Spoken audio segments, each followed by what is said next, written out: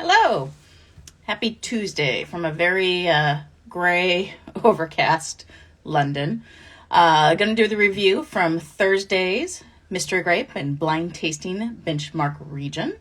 The answer was Pinot Noir from Central Otago, which is a wine that can show up on tasting exams. Actually, 2019, both October and January's exam, I believe, had Pinot Noir from Central Otago popped up.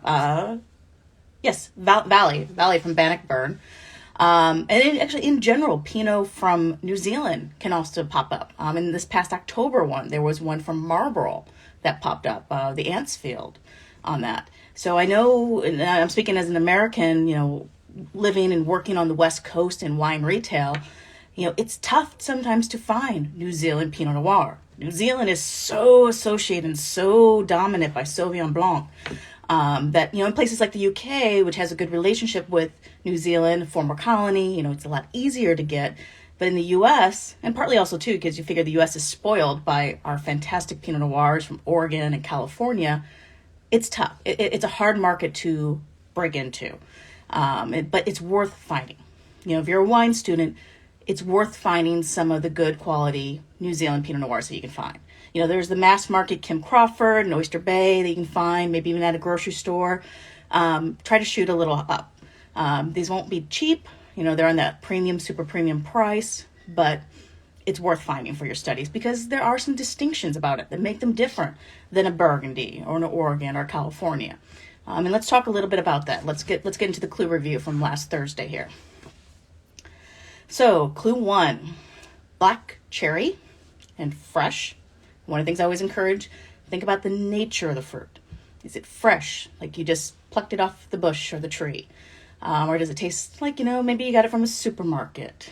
Or canned, like you're making a cherry pie, canned cherries? Or is it dried with that?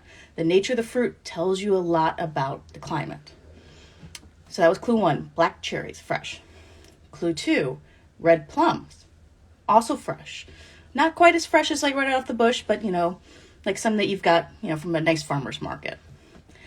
So right off the bat, you see black fruit and you see red fruit. So when you get those in your notes, start thinking about some of the climate influences. This is not a straight cool climate, otherwise it'd be all red fruit. And it's not a straight hot, warm climate, otherwise it'd be all black fruit. There's got to be some cooling influences in order to take, some of the red fruit, while at the same time, there's got to be some warming influences. Clue number 3, roses. That's kind of a trait that's pretty typical of Pinot Noir, but it's typical of Pinot Noir in a fairly cool to moderate climate, because a lot of those floral aromatics in a very, very warm, hot climate can get baked out. So you need some cooling influences. And so let's think about Central Otago. New Zealand, South Island, New Zealand, this is a low latitude with that. So it's further away from the equator. So a little bit cooler climate. But Central Otago, we call it a kind of a semi-continental because it's very sheltered, more inland. So it gives you some warming influences. It also has fairly warm soils. You got gravel. Gravel is a warm soil. Kind of a bedrock of schist there. So some warmth from the soils. Also, UV, lots of UV intensity. There's that hole in the ozone there. And so all that intense UV light, that kind of adds to the ripeness. So we can see why there are some of those warmer dark fruit notes coming out of New Zealand in what an area that you would probably expect a little bit more of a cooling red fruit note. So again, we got that mix, floral notes, red fruit, and black fruit. Let's continue with the clues. Clue 4, cola nut. Cola nut. This is actually kind of a funny one because it's one, like when you see like cola in a tasting note, like Pinot Noir, like Oregon Pinot Noir, quite a bit cola nut pops up in the tasting notes there. In wine speak, we kind of talk about it as like when we think of cola with like Coca-Cola, some of those spices with the soda, a little bit of a sweet spice on it. Ironically though, cola nut, which I haven't had the privilege to actually taste cola nut, but I had a friend, a wine study partner that did, says in real life, cola nuts taste more like raw potatoes. So it's definitely not what we're talking about in wine speak. So you kind of have to think when you see cola nut in a tasting note, think kind of like again, the soda, some of the spices aspect of it.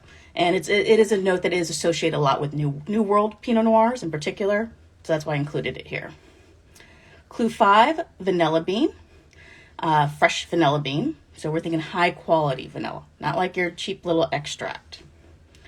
Clue 6, kind of following up with the vanilla bean, new oak barrels.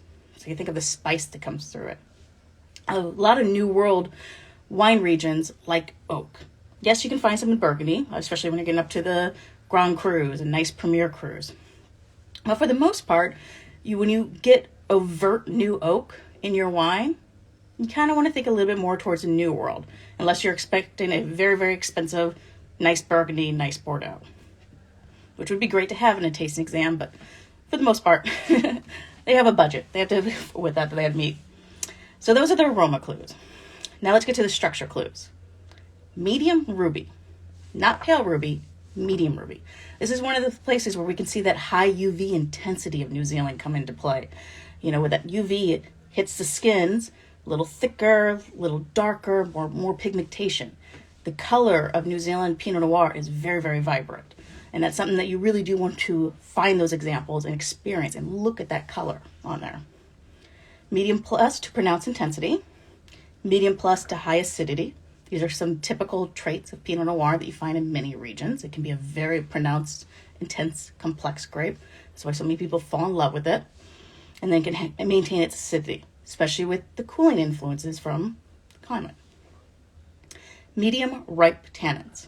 So this is where we get now to the warming influence. You know, Pinot is not a very tannic grape, so medium makes sense.